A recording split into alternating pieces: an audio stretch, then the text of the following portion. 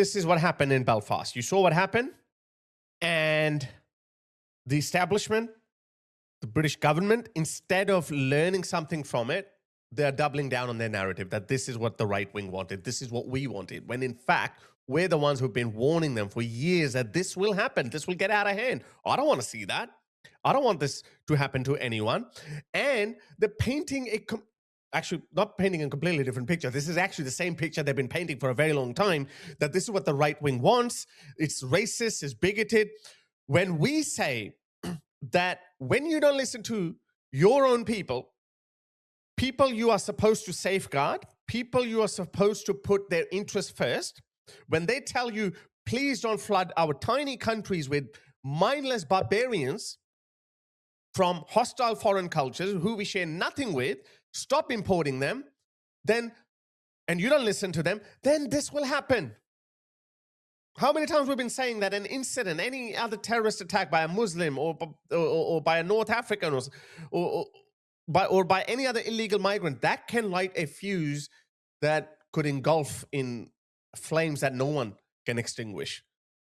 We've been warning that. So what does Keir Starmer do? Let me read that to you. Now they're trying to again crack down instead of listening to the people. Listen to the people. Change the direction. Fix your course. These scenes in Belfast last night were shocking and completely unacceptable. There's no justification for the violence and disorder that we saw threatening our communities, nor for those who encouraged it online or elsewhere. You're the government, you doofus. You're the worst prime minister in British history by a long shot. You must be, because if this gets out of hand, again, we don't want that. I don't want that to happen. I've been encouraging a political solution to this, which is get these loony, lefty, globalist clowns out of the government and put patriotic, right-wing, conservative governments. Elect those governments. Because it is clear that people were targeted last night because of their background, and I will not tolerate it. Those responsible will feel the full force of the law like Lucy Connolly did. I'm not defending these people. These are just the symptoms of the disease that these people have inflicted upon our societies, especially the UK. That's what we've been warning you about. And look how he's turning it into a race issue. When it's not a race issue. It's a political issue, which is far more complex than, oh, these white supremacists don't want non-white people in their country. Where were these riots? I know Ireland, Northern Ireland is a little bit different, and I'm telling you, this is going to happen in England. It's going to happen on mainland Britain, because they can't read the room. They can't smell the coffee. They don't know what's going on around them because they're so dogmatic in their ideological globalist belief system that they're not willing to listen to any other alternatives. Let me show you how much of a race issue this was. I'm sure you've seen that video clip where a non-Irish family is running away from a burning house and they jump into the back of an ambulance or something. I'm sure that you've seen that clip, but have a look at this. This is what we're saying. This is exactly what happens when civil unrest starts, when anarchy descends on your society. This is exactly what happens. There are no innocent bystanders. Everyone gets engulfed in that. And look at this. Look at this this poor brown man whose house got burned down. Is that a brown man? No. That's exactly what we're telling you. It's not just a race issue. It's a political issue. People are sick and tired of importing people who do not belong in this country. And when you don't listen to them, then this is going to happen. Again, I'm not endorsing that. I am warning you, and I'm not the only one. So you should do something about it instead of gaslighting the people who are angry. And this is no way to express your anger. Again, I have to keep saying this. I'm not endorsing this, but this is your own doing. This is going to happen everywhere. It's going to happen in Australia if our woke lunatic government of Anthony Albanese doesn't understand. It keeps flooding Australia with migrants from other cultures. Eventually, I'm not saying it's going to happen tomorrow in Australia because Australia is a few years behind, but learn something from the UK. These politicians are importing these divisions. They are importing these problems that didn't exist 10 years ago. Let's just stood right over there and watch the whole house go up. How are you feeling about that? Oh, I've lost a home, man. Yeah. 13 years I was here. And that's gone. The house is wrecked, mate. The whole house is completely destroyed. From top to bottom. It's literally all gone. And did you see footage of, I mean, you were standing across the road watching it happen? I seen the car was here even before it went up. It was a real car, and I seen them lighting it. I told them, this is my house, this is my house. I knew it was going to catch fire. And so they were setting fire to the car, but then clearly here, then... And then that one there. There you go. So here's Jamie Corey, an Irish lad from East Belfast, has lost his home of 13 years. There you go. There are no innocent bystanders.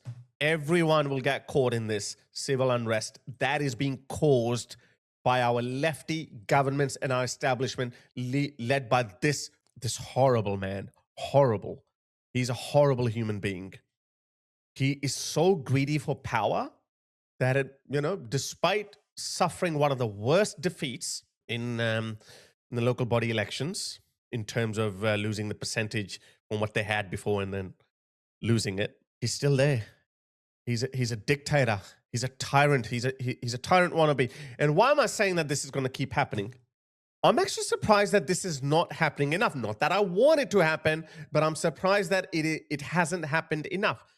Somebody made a distinction. 7/7 happened. Nobody rioted. The Manchester Arena bombing happened. Nobody rioted.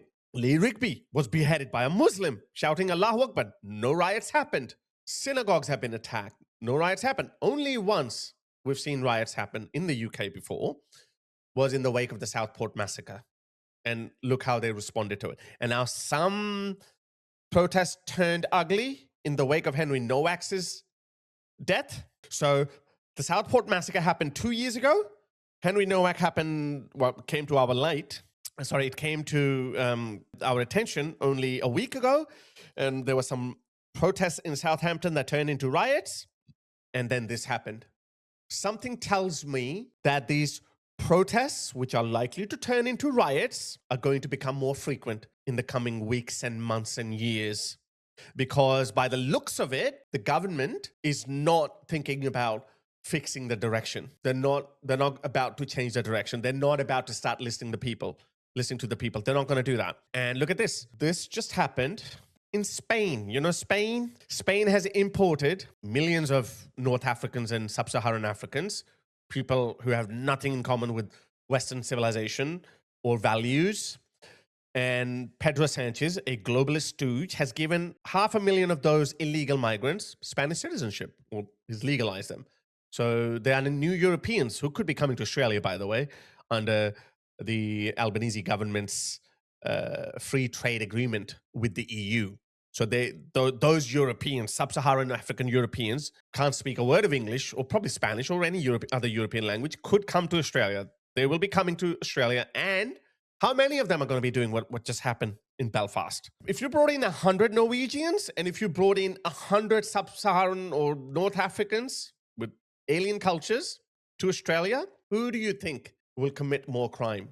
And this is not something, I'm not asking you to think of something totally inconceivable. Is Melbourne already not ravaged by Sudanese gangs or African youth gangs, as I like to call it? We are witnessing the kind of crime in Australia that we had never witnessed before. I have said it before that even at the peak of our gangland warfare, the underbelly, I don't know why it's called the underbelly, probably because of the TV show. Even when a gang member would want to take out a rival gang member, he would wait for him to come out of his house and then shoot him. The culture of breaking into houses did not exist in Australia. We don't have these iron bars running through our windows. We don't have that in Australia. We've got flimsy windows. Anyone could just push it and get in. Why? Because people don't break into our houses. But ever since we imported some people from Africa, namely Sudan, how many home invasions have happened? And we're not even allowed to carry a weapon to defend ourselves. How many? So this is going to happen to Australia. Sorry, I digress. Have a look at this. This just came out. 4 Afghan men accused of raping teenage girl for several hours in Bristol. Yeah? In Bristol, it happened. That just came out. It happened a while ago, actually. And again, they covered it up.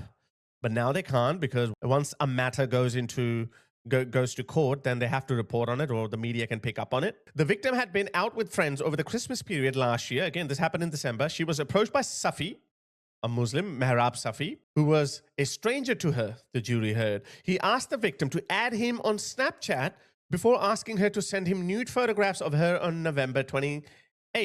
Safi allegedly organized a taxi for the 17-year-old to transport her from her home in Somerset to Bristol 2 days later.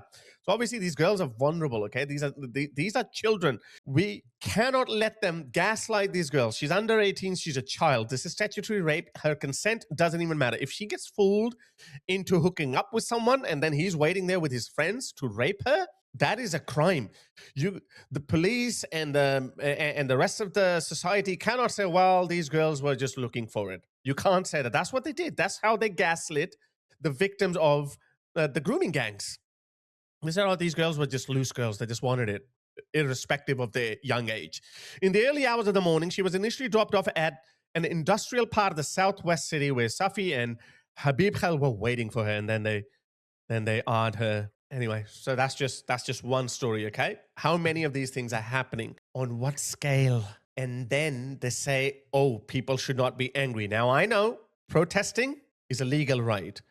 Rioting and burning down houses and ambulances and setting houses on fire is not. So I'm not justifying it, but I'm not going to peddle the establishment's talking point that, oh, this is it, this is wrong, and we're not going to do anything else. That's what they want you to do. Don't they tell us, oh, October 7th didn't happen in a vacuum? These protests/riots are not happening in a vacuum. There is a whole, you can write multiple volumes on the reasons why these things are happening. Look at this. Let me show you another one. Where did that happen? I think this happened in Germany. Look at this. A 7-year-old girl was eyed by 2 Iraqis. 7-Jährige vergewaltigt. Wegen dieses Vorwurfs stehen seit heute ein 18-Jähriger und ein 20-Jähriger vor. That's what we said. That's what we meant by fighting age young men have come. Where are their families? Their families are back home. They're not here. They're here on a day. They're here for an opportunity, and they're just here to exploit the good nature of the West, our humane laws.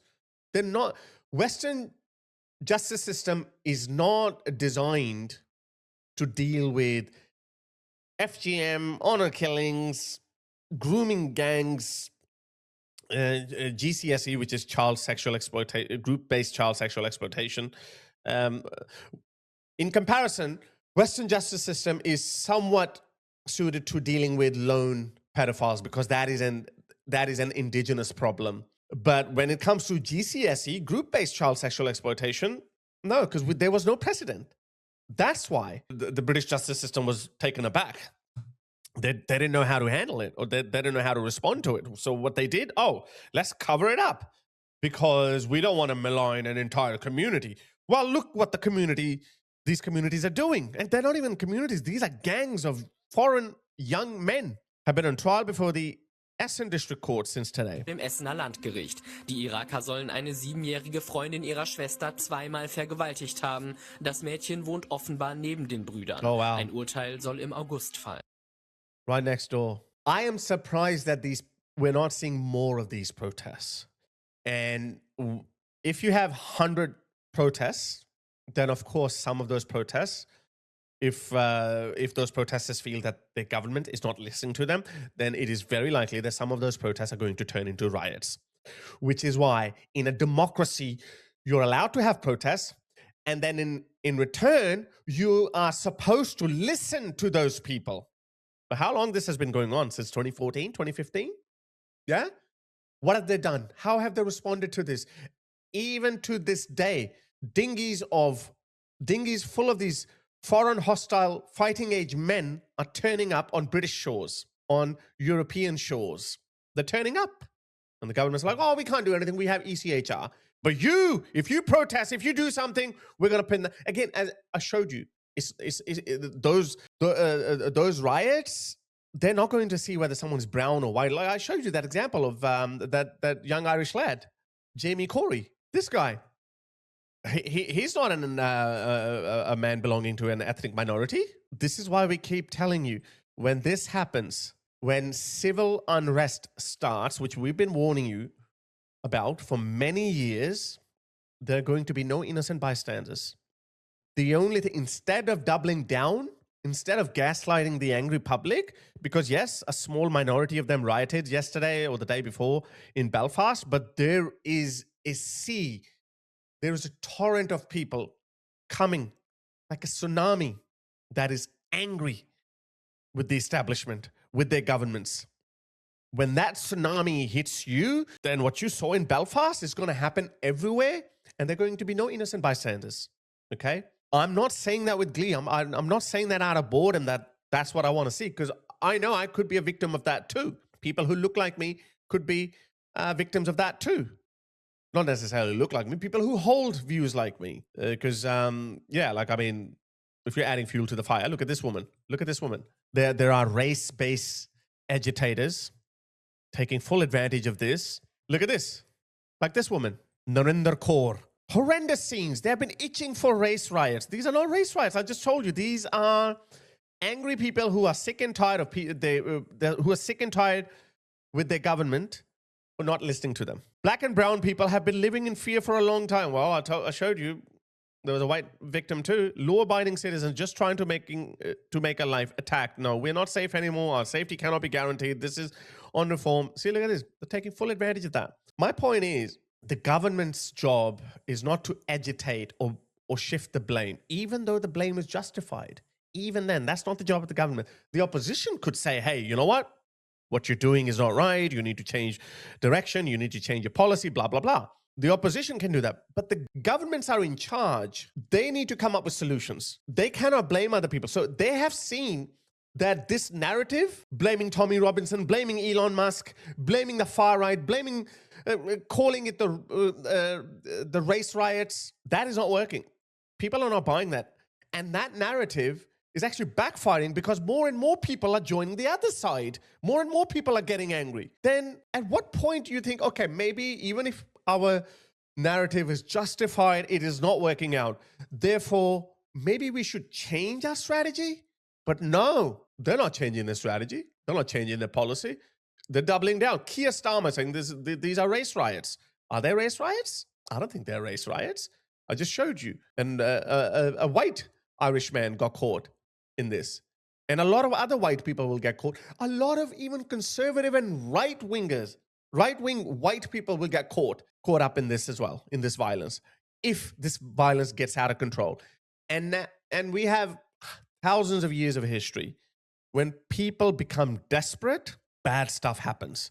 And unless our establishments, and obviously the UK government, and when I say our, because things are more or less the same all across the Western world, but the UK is a frontline state, is the frontline state where all of this is going to happen. So I don't think this government is going to change course. I don't think they're going to change their policy. They're going to double down. In the wake of the protests in Southampton, they arrested people who threw cones and bins at the police. They arrested them and they sentenced them the very next day, for 2.5 years, 3 years. One guy threw a cone, again, not justifying, that's stupid. I've said it so many times before. Why would you ruin your life? We need to mobilize people politically. These riots are not going to achieve anything. If anything, you play into their hands.